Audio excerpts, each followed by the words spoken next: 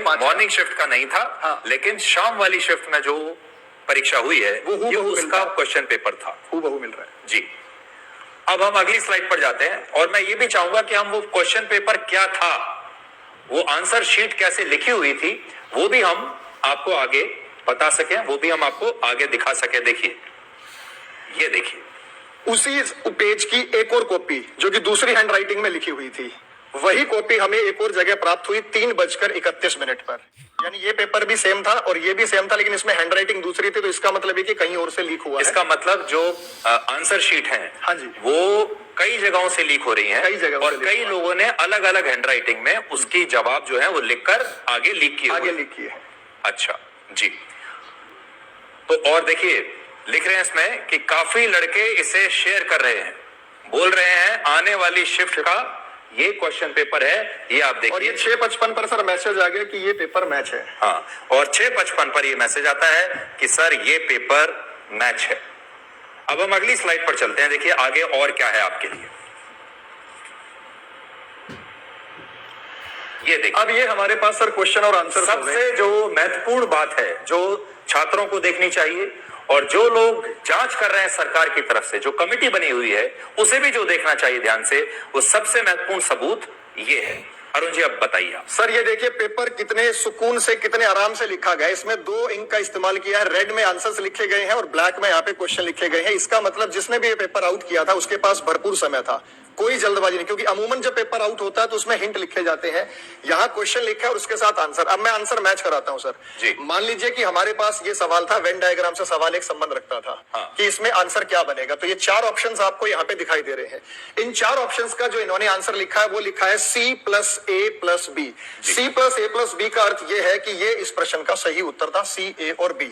ये जो ऑप्शन यहाँ दिया है C+A+B, वो यहाँ पर आपको दिखाई दे रहा है। तो इसका मतलब जो आंसर, पहली बात तो है कि आंसर शीट में जो सवाल दिया गया है वो क्वेश्चन पेपर में है और जो जवाब दिया गया है उसका वो भी बिल्कुल सही जवाब है। इसमें सीक्वेंस इसलिए नहीं मैच हो रहा क्योंकि हर पाली में 4 शिफ्ट होती है, चारों शिफ्ट में क्वेश्चन सेम होते हैं लेकिन उनका सीक्वेंस अलग अलग होता है जी।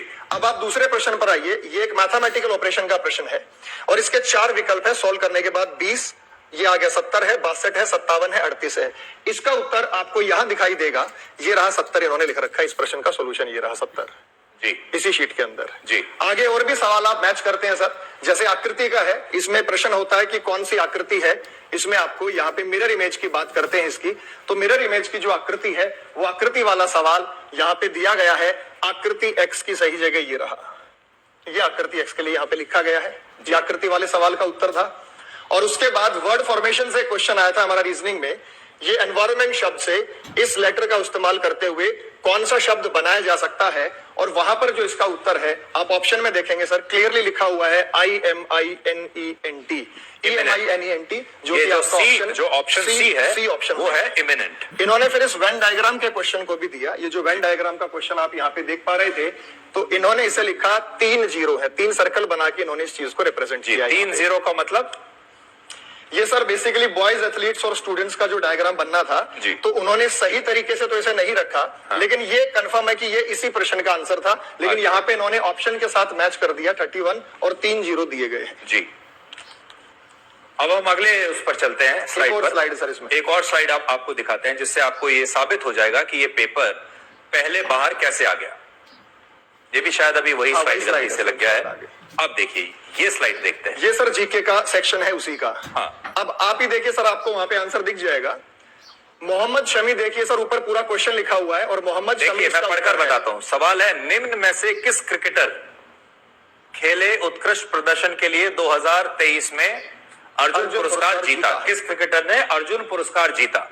जवाब देखिए लाल रंग से लिखा हुआ है, मोहम्मद शमी। और इसी सेम लैंग्वेज में सर आपको इसका ये क्वेश्चन ये पढ़िए और ये उत्तर। देखिए ये असली क्वेश्चन पेपर है, इसमें क्या लिखा है देखिए, निम्नलिखित में से किस क्रिकेटर ने खेलों में उत्कृष्ट प्रदर्शन के लिए वर्ष 2023 का अर्जुन पुरस्कार जीता? और फिर ये ऑप्शंस है और उस ऑप्शन में ऑप्शन ए है मोहम्मद शमी, और यहां भी मोहम्मद शमी ही सही जवाब लिखा हुआ है हाथ से।